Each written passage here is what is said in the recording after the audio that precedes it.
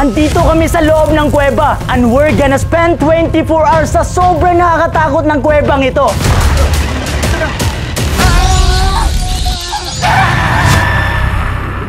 Ganito kaliit ang entrance ng kuwebang ito. At ganito naman kalaki ang loob ng kuweba na para bang hindi ka makapaniwala sa ginawa ni Bathala.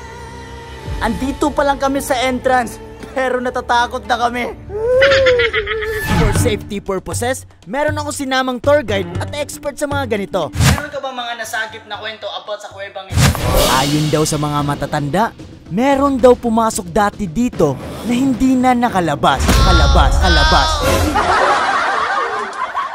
Umuusok na yung katawan ko dahil galing ako sa init tapos pumasok ako dito sa loob ng kuweba dahil sobrang lamig dito. Kaya umuusok ako. Hindi ko alam kung nakikita nyo pero dito umuusok talaga. FYI lang sa gustong makapunta sa mga kuweba, bawal hawakan ang mga ito. Tama ang narinig nyo. Bawal hawakan ang mga stalagmite dahil ito ay nasisira. And it take thousands of years bago ito tumubo. Kuya Kim, anong ibig sabihin ng stalactite? Kunting kalaman, ang stalactite ay nanggagaling ito sa universe, bumaba sa Spanish, kung tawagin ay Spanish bread. Gago! Yung first objective namin ngayon ay maghahanap kami ng lugar kung saan kami makakatulog at makakaluto. Pero hindi madali ang paghahanap namin ng spot. Dahil kakasimula pa lang namin, sobrang nahirapan kami sa pagbaba. Sobrang layo ng entrance, nandun na. At andito na kami. At napakadelikado dahil kunting mali mo lang, pwede ka nang mamatay. Sobrang lalim. Pag nahulog ka dito, patay ka talaga. Kaya bawat galaw, iniingatan namin. Nag-search ako sa internet at sabi nila doon, wala pa nakadiscover sa dulo nito. Baka may gold dito, amigo. Yayaman na tayo. Palayo ng palayo, pababa ng pababa. Mas lalo kaming nahirapan dahil umuunti na yung oxygen at nahihirapan kami sa paghinga. Yung paghinga mo dito sobrang hirap, parang konti lang yung oxygen dito. Hanggang sa nakahanap na kami ng lugar kung saan kami matutulog. So eto na yung spot namin na dito kami matutulog at magluto.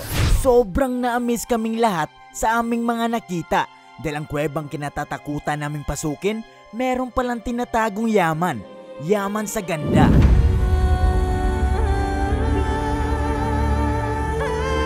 Speechless ako. Kasi nakakatakot. Agad na namin sinet up yung tent at naghanda na rin kami para sa aming mga kain. Sa haba nga naman na nilakbay namin, siyempre sobrang gutom na kami. Kainan na!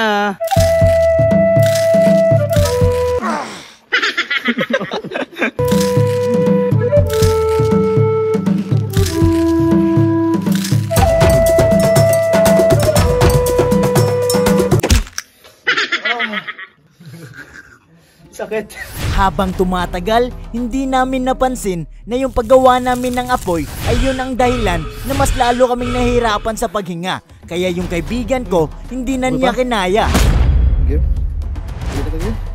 Ang video na ito ay hatid sa inyo ng Rainbow Games. Ang daming laro na pwede kang kumita. Pero dito tayo sa Dragon Tiger na palagi akong pumapaldo. Sa Dragon Tiger, pipili ka lang sa dalawa. Pusta tayo ng 1,000 pesos sa Tiger. At kung sino ang pinakamalaking baraha, boom!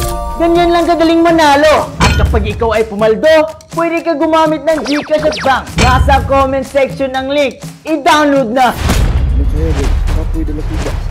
Kaya dili. Tinangjud ko, promise. Kailangan na namin umuwi kasi yung kaibigan ko nahirapan na siyang huminga. Delikado. Nagmamadali na kaming makalabas dahil kinakabahan na ako para sa kaibigan ko. Hindi man naging tagumpay ang aming challenge. Basta makalabas lang kami ng buhay. I'm giving up on settling down, getting out of the small town.